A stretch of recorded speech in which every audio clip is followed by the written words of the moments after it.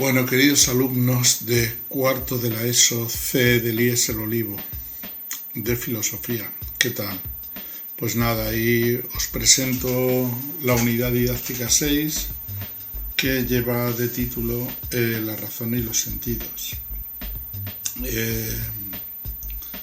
Es una unidad estrictamente filosófica o perteneciente a lo que en filosofía se llama la teoría del conocimiento, es decir, la gnoseología.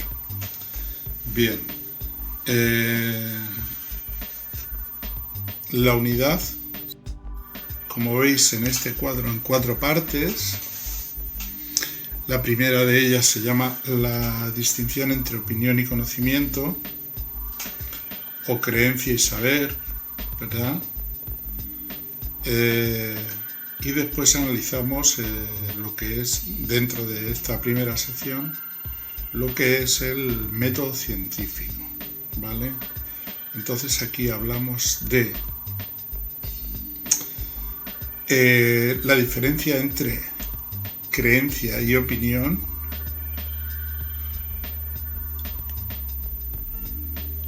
también el dualismo epistemológico entre deducción e inducción, que son dos métodos científicos diferentes.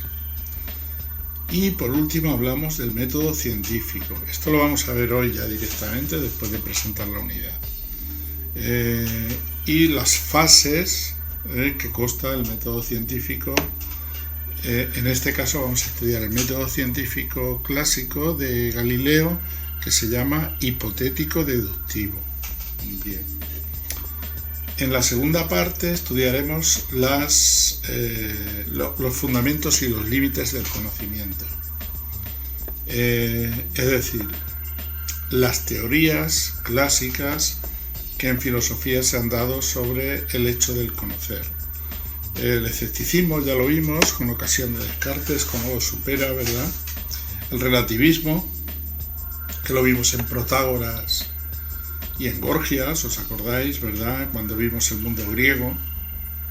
Y después de las grandes teorías modernas sobre el conocimiento, es decir, el racionalismo, el idealismo, trascendental, y el empirismo inglés o anglosajón. El punto 3, hablaremos sobre la verdad y los criterios de verdad. Entonces, ¿vale? Hablaremos de verdad y veracidad, que son dos cosas bien diferentes, ¿verdad? Y hablaremos de los criterios de verdad como correspondencia, como coherencia o no contradicción y como consenso. Bien, después hablaremos de la perspectiva pragmatista y perspectivista en la actualidad, ¿vale? Como dos, digamos, orientaciones acerca de la verdad. Bien, y por último hablaremos de lo que se va a llamar la inteligencia emocional de Goleman y las inteligencias múltiples de Gardner como crítica al concepto tradicional de inteligencia lógica o racional. Y nada, y terminaremos nuestra unidad didáctica. Bien, pues dicho esto, vamos a brevemente, ¿verdad?, como nos caracteriza, hablar un poco de la primera parte del tema, que es la distinción entre conocimiento, entre opinión y saber, entre ciencia y creencia. Bien, aquí tenéis otro cuadrito y donde tenéis los pasos aquí lo veis, los pasos del método científico, veis, y un poco pues lo que vamos a ver, ¿vale? Bien.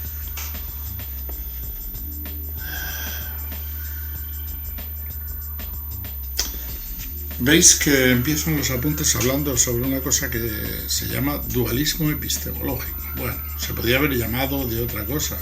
Cuando hablamos de dualismo en filosofía hablamos de dos cosas. Por ejemplo, cuando hablamos de antropología, como hemos visto que es el hombre, y vemos que hay un dualismo antropológico, quiere decir que el hombre está conformado de dos sustancias, ¿no? Como decían los racionalistas, ¿no? Pues una sustancia espiritual y una sustancia material. Bien, pues entonces dualismo aplicado al conocimiento más o menos vendría a decir que hay dos tipos de conocimiento, uno que se apoya en la razón y otro que se apoya en los sentidos, las creencias, la cultura de cada uno, el medio humano donde se mueve, etcétera, etcétera. Por lo tanto, no todo es planificación racional o razón lógica en el hombre, sino que también el conocimiento sensitivo, situacional o llamarlo como queráis, tiene su influencia, ¿vale? Ahora bien, la opinión tiene que ser un poco basada en determinados criterios, ¿no? Para que llegue a ser conocimiento. Es decir, porque el conocimiento es ya un saber con cierto grado de objetividad, es decir, tiene que justificar el objeto, ¿vale? Otra cosa es la pura opinión, que se funda más en la subjetividad y no está basada, ¿verdad?, en hechos que se pueden verificar. Bien, bueno, más o menos esa es la cosa. Después, la diferencia que hay entre deducción e inducción. Bueno, pues el método deductivo es un procedimiento que se basa en premisas muy generales para llegar a lo concreto y particular, como cuando decimos que se da una característica en muchos sujetos y después decimos que esa característica se da en un sujeto concreto. Por poner un ejemplo simple, que decimos todos los cuervos son negros, por lo tanto este cuervo que tengo justo aquí a mi lado es negro también, ¿vale? Ese es el método, sería deductivo. Es un método lógico, matemático, se utiliza en ciencias formales y es decir, no necesita ser corroborado o ser contrastado, sino que es un método, ya os digo, puramente formal y matemático.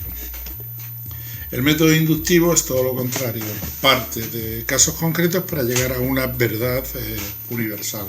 Como cuando yo digo, este cuervo es negro y este, y este, y este, y este, y todos los que voy viendo son negros y llego a la conclusión de que todos los cuervos son negros. Vemos que hemos establecido el paso inverso a la deducción, que hemos partido de lo general para concretar algo particular, y aquí el paso es inverso, partimos de observaciones particulares para llegar a una conclusión general. Bien, este sería el procedimiento inductivo, ¿vale?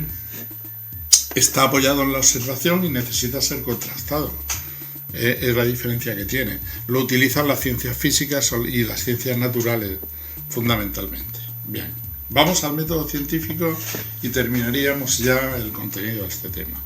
Bueno, el método científico es el método hipotético deductivo, que se llama. ¿Por qué hipotético deductivo?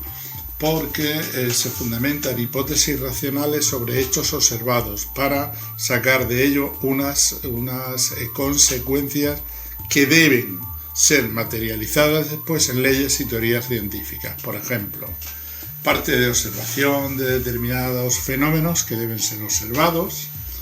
Por ejemplo, observo que el planeta, por ejemplo, Neptuno no sigue las órbitas trazadas por las leyes de Newton. Bien, eso se observa. ¿Qué hipótesis sería el segundo paso podemos plantear para solucionar esta observación, que es anómala?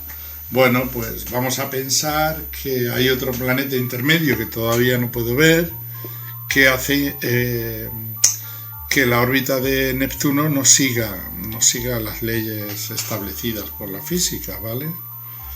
Bueno, después experimento y veo a través del telescopio que realmente hay otro planeta que interfiere en esa órbita, que antes no estaba descubierto, que es el planeta, por ejemplo, Urano, ¿vale? Bien, pues ya está. Por lo tanto, establezco una teoría acerca y establezco que hay un objeto nuevo en el espacio, otro planeta, que antes no se conocían. Y se formulan de nuevo las leyes, ¿no? Se formula de nuevo la ley, o se establece definitiva la ley anterior. Eso sería brevemente explicado los pasos del método científico, ¿vale? Y ya está. Esta sería la parte primera del tema. El próximo vídeo hablaremos de las grandes teorías filosóficas acerca del conocimiento. Gracias.